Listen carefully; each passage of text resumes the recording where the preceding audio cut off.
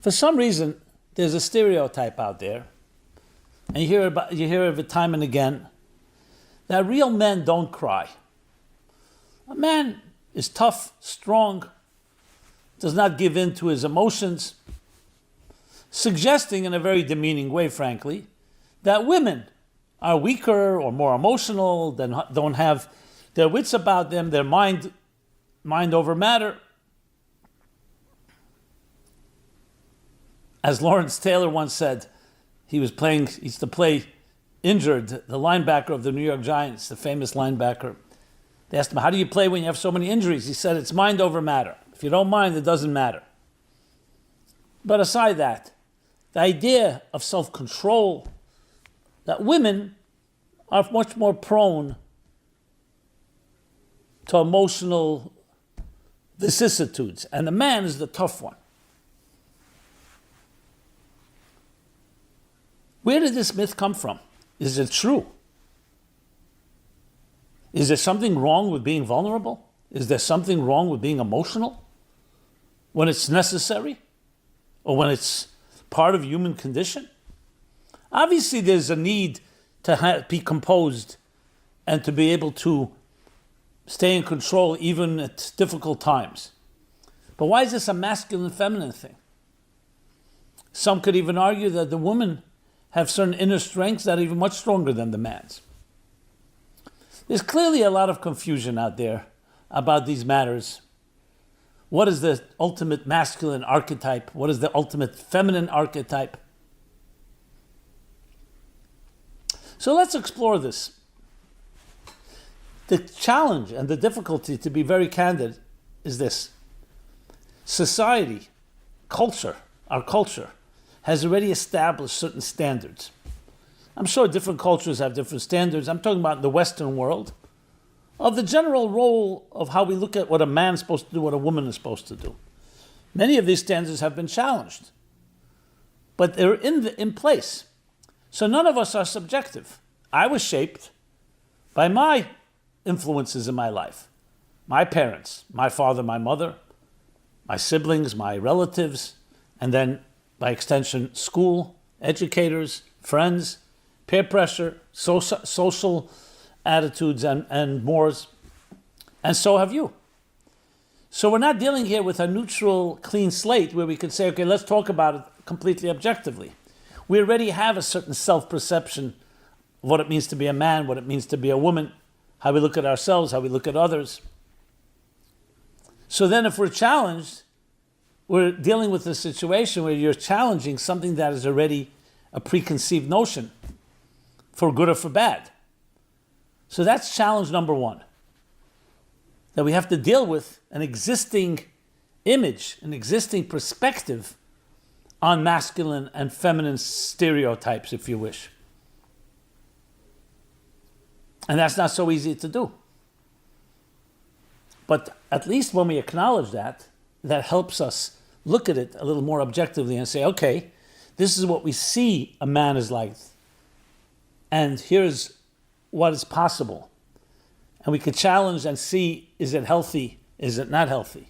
So the fact that we may have a distorted view of men, as men do not cry or men are not emotional, and a man has to be macho and tough and a leader and be there strong for everybody else and ignore feelings, we can challenge and say, is that correct? That's why it's important to state that we already have notions, we already have concepts in place. That's challenge number one. Challenge number two is that due to, we'll call it, for lack of a better word, abuse of the male hierarchy abusing women, in overt ways, in covert ways, in subtle ways throughout history, so there's been a backlash. And the backlash just makes things even more confusing. Where men put themselves in positions of power and leadership, being paid more, having more rights, and women having to fight for that. As some put it, women fighting based on men's rules. And what has that done to how we perceive ourselves and how we perceive men and women? And even if progress has been made, but it's a response to an abusive situation. It was a response to men using their power and continuing to use it. With all the legislation, let's be honest, there's certain natural, instinctively, that men or anyone in power is going to try to dominate over someone that has less power, physical or psychological or corporate level, meaning economically or politically and so on. So all this adds to the complexities involved. So I'd like to go back to the roots. And when I say the roots, what I'd like to draw from is biblical and mystical texts that talk about the quintessential masculine archetype. Also about the feminine archetype, but our focus here is more on the masculine. One of the reasons being that this week was Father's Day.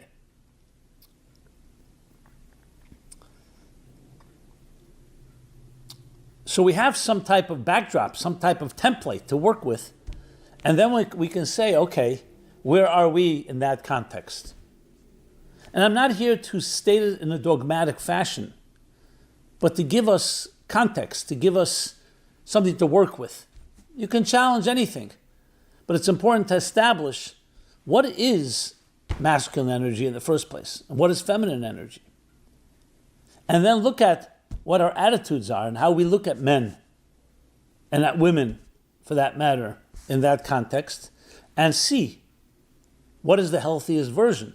Are we living out and playing out the healthiest version of being a man? So there are many ways to begin. What comes to mind that I think is a good, interesting anecdote that can help is Deborah Tannen's analysis of men and women communicating. She's written a series of books on the topic, basically making the case that men, since they're young children, they communicate through doing things together. And therefore, when they do something, that for them is an act of love. Women, young girls, bond through speaking together, speaking with each other. So for them, love is speaking. Not because they want advice, but because speaking is a way of connecting. For a man, if you speak, that means you want advice, and he's offering counsel. That immediately creates an attitude that men essentially are doers, and women are communicators in that sense. So in other words, a man is about his actions, about showing power. And there are many ways that has truth to it, at least the way it is in our society. However, I want to take us back thousands of years back, to the beginning of it all, the story of Genesis, where it talks about the creation of the human being, male and female.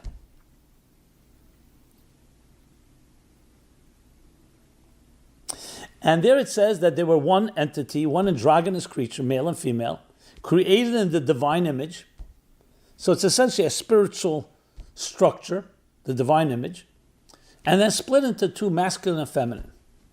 And both complement each other. So number one is, we're not talking about a battle of the sexes of two separate. They become separate, but they essentially come from one fabric, from one divine image, with two different roles.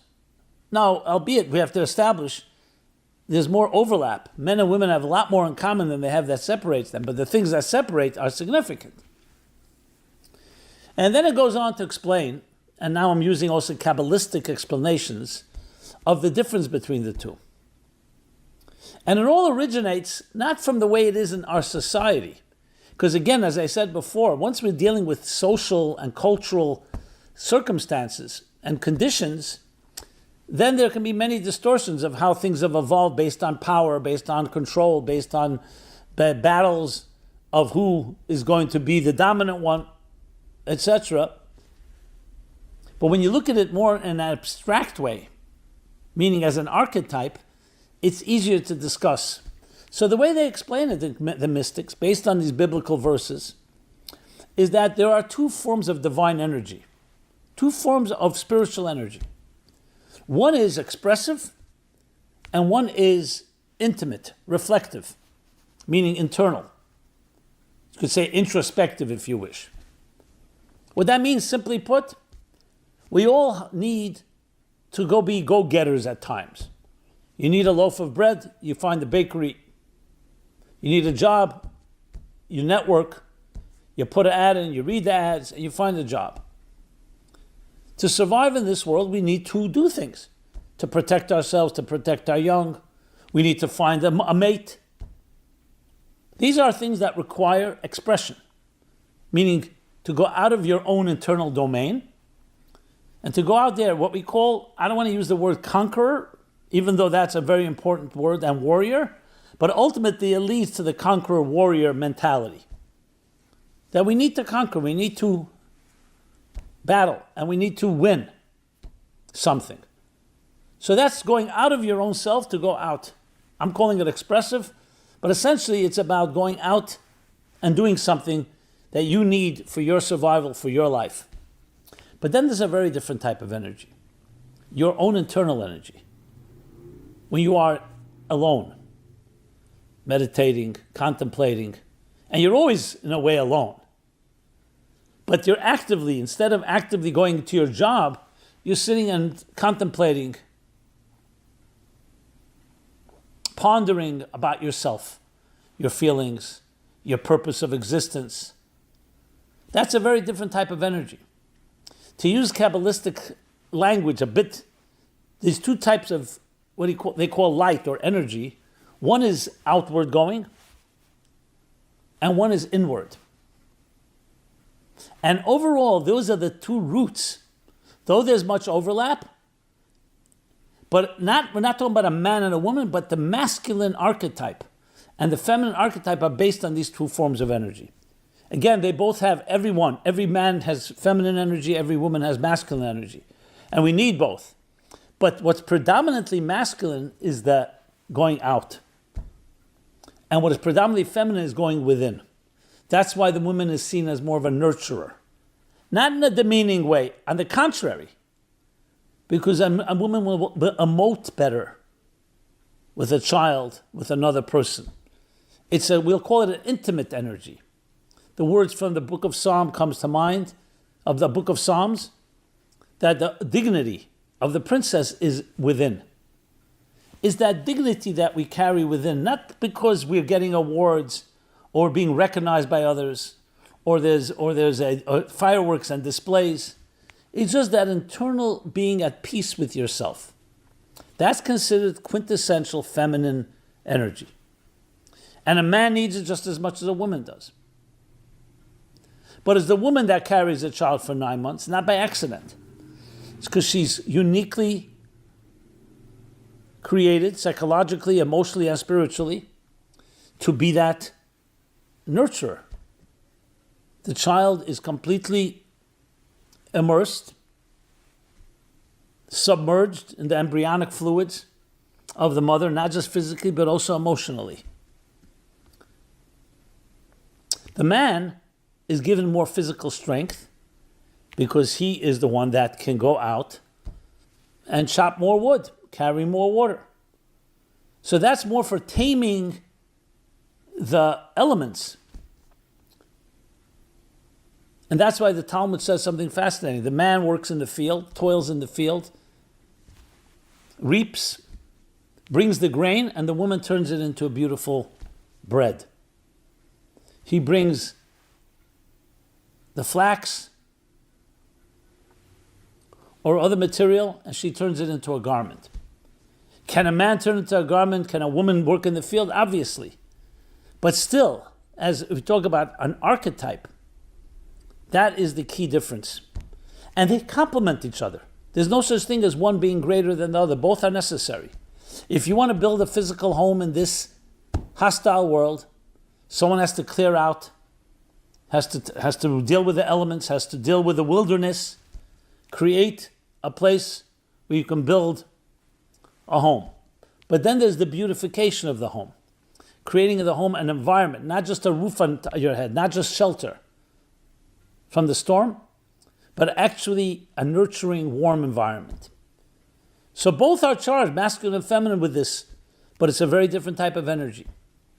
From this evolved, with a distortion and not being clear about what our roles are, this evolved the idea that a man is a warrior, a conqueror, The whole purpose of warrior is only to tame the elements or to deal with hostile forces in order to create a beautiful, nurturing home. But if it becomes an end in itself, in other words, the concept of career as an end in itself is a foreign and, frankly, not necessarily a healthy standard. We need to work, but the work is in order to make a living, to make the money that you need to bring up a healthy family, to nurture your children, to educate them, to sustain them, to teach them values. If the career, the money becomes an end in itself and instead of a means, you tell me what happens. So we live in a world that has become overtaken and controlled by materialism. So in many ways, materialism is the outgrowth of masculine energy that has gone awry, that has gone off the reservation, that has lost its purpose. So materialism becomes a pursuit of its own. Who can create more material wealth? The more physically stronger one. Not today, with technology that has changed, but over the generations. The women, therefore, in a sense, were left abandoned with the children. And of course, the women would rebel against that, because the man lost his way. And materialism became an end in itself. Had it been done right, materialism would be a means for spiritual growth, where the woman comes into play. So the man and woman complement each other. Like I said, you bring the grain into the home and turn it into bread. Materialism has a purpose. It's a means toward an end. So the masculine and feminine, in its healthiest, complement each other. So again, a man and woman can be doing both types of work, but the focus is ultimately not on matter, not on conquering, and not on being the strong leader, the tough one. That's only necessary if you have to tame an element or you have to deal with a hostile force, with an enemy, with adversity. But it comes down to is building a beautiful environment. And we look psychologically, children growing up in a home where there's battles all the time, psychological, physical, between father and mother, it's a war zone. A home should be a beautiful, peaceful place, a place of harmony. So now let's go back to the concept of do men cry or not. So once you've developed this type of stereotype, once you've developed an approach that a man is the conqueror, the warrior, warriors have no time for crying. They have no time for emotions. They have to fight the battles. But the battle was only meant to be a means. It was not meant to define you, that you become a battler. Yes, sometimes you need to fight a battle, but that's not your identity. Your identity is a spiritual energy that needs to express itself and needs to go out because we have to transform the world around us. Not as an end in itself. And therefore, the idea of being a warrior as opposed to being a gentle soul, that when you're hurting, you're crying, or you feel emotion and you express vulnerability, that suddenly is being dismissed as weakness. There's no time for that. What do you mean there's no time for that? That's the whole purpose of life, is to be a vulnerable human being, a real human being. But that's where the war has become who we are. It's like people who've been hardened by war, and they become warriors. The time has come to reclaim our true masculine identities.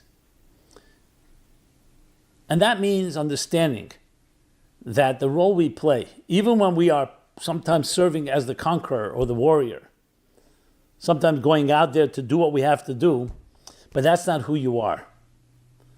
I have heard from many people, I remember one specifically that comes to mind.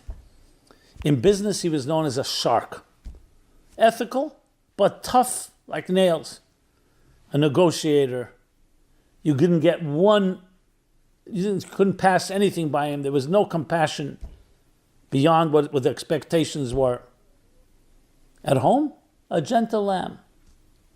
And when he described himself, and I remember speaking with him about it, he said, it's two worlds, I'm a split personality. I said, how do you close off that personality when you come home? What do you do with it? He said, it's like armor. I take it off, I put it in the front closet, I walk into the house, I'm a different person. But that's a real, let's call it fragmentation if you wish. Compartmentalization is the right word. And then when he goes back to work, he goes out, he puts on that armor again. I asked him, can you bring the gentleness that you have at home into your workplace? He says, then people will take advantage of me. I won't be able to be successful. So I wouldn't tell him not to be a strong, tough business person. Let me tell you what happened. This that same person, how did I meet him? When my book, Toward a Meaningful Life, was published, he got a hold of it. He was reading it. And something struck him. The chapter on work and productivity, speaking about this theme, that your work is about feeding, even if you have to put on the armor, to feed the inner soul.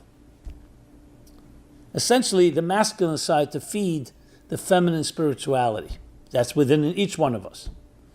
And one of the ways to do so, to make your workplace a more gentler place, not just when you come home, not just on the weekends when you're with family on vacation, to put a charity box on your desk in your office.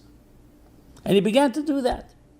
And he said meetings, he would always begin putting a few coins into the charity box, suggesting it to his whoever he was meeting with, and it changed the tone, he said, of my meetings. We still had our tough negotiations, but it introduced another dimension. People said, you do that? You give charity? He says, yeah, it's part of the blessing of my life, and I do it at my workplace. Then he began to order cases of my book, Toward a Meaningful Life, and started giving that out to people, everyone he met. He says, it changed my whole relationship with the people, because they saw me as a human being, not just as a business negotiator, or as a potential partner or a potential adversary. So it didn't change his business. On the contrary, he said it created more trusting relationships, because it opened up. People started talking about their families. We started becoming friendly, while also doing that work. But they realized work was not an end in itself. That is the taming of the male, if you wish. There's is that a play by Shakespeare? The Taming of the Shrew. The taming of the male, not the elimination, the channeling, the harnessing, and understanding that when you go out to chop wood, it's not because you're a wood chopper; it's because you need the wood, either to build a fireplace, to warm your home, or to sell extra wood, so you should have some income that you can feed your family. Give charity, do other beautiful things. It's taming the material of the world. The masculine, powerful, strong, aggressive energy, untamed, can be very dangerous. That's why they say if women ran the world, it would be a far more peaceful world. One example, that was one example. One case study. And there are many others. So the idea of a man crying, yes, everything has its time, but it has a certain beautiful thing to it. It's becoming natural again. You may recall years ago there was this, therapy called Iron John. It was about helping people reconnect to their masculinity, to go out and grunt and wear skins and sweat, because people felt that men were becoming emasculated. So I remember reading, a guy went to one of these retreats, he paid thousands of dollars, a CEO of a company, came back all invigorated. Monday morning, he's telling his team that he went to this great trip, sweated a lot, felt reconnected to his male primal forces. And one of the workers in his business, who was working on the construction site, said to the boss, if you want to sweat, just come work with us on the field and you'll sweat. And the boss said, I don't have time for that. I had to schedule it for a certain weekend when I found a little time. So the worker says to him, without missing a beat, boss, if you sweat when you want to sweat, it ain't sweating at all. In other words, that became his comfort zone, that he's sweating at that weekend. The point I'm making here is We have to get out of our comfort zones. And we have to do things. Sometimes getting out of the comfort zone is being vulnerable. Being real. There's nothing wrong to show that you have a heart and a soul, even when you're busy in a tough negotiation. There's nothing wrong with being that way. It's not compromising you. No one's telling you to change your position. And compassion is very valuable, even in that mode. So in truth is, what we're talking about is really discovering the intimate energy within the masculine force as well. Harnessing it. Harnessing the masculine energy to express that. And can assure you that when we do that, we will get along in unprecedented ways with the other gender. Because then they complement each other. Good for you, good for your marriage, good for your family. And tremendous role modeling. But I'm focusing primarily on the masculine energy that real men do cry. They allow themselves to be real. They don't have to perform all the time. They don't have to prove anything to anyone. The competitiveness to show I won the race becomes less important. Yes, we should all be successful, but it's not driven by that type of dominance. It's driven by being real, by revealing the true nature of our hearts and souls. That's the purpose of existence. And everything else is a means toward that. This is a big topic, and I hope I did justice to it. This has been Simon Jacobson, meaningfullife.com, where you can find this and many programs. Please subscribe to our offerings, subscribe to our growing YouTube channel, and please share this with others. I'd love to hear your feedback, your thoughts, your comments. Be blessed, and let's combine both forces together, the expressive and the intimate, to express the inexpressible and allow the inexpressible to be expressed. Be well. Thank you so much. This program is brought to you by the Meaningful Life Center. Please help us continue our programs. Make even a small contribution at meaningfullife.com/donate.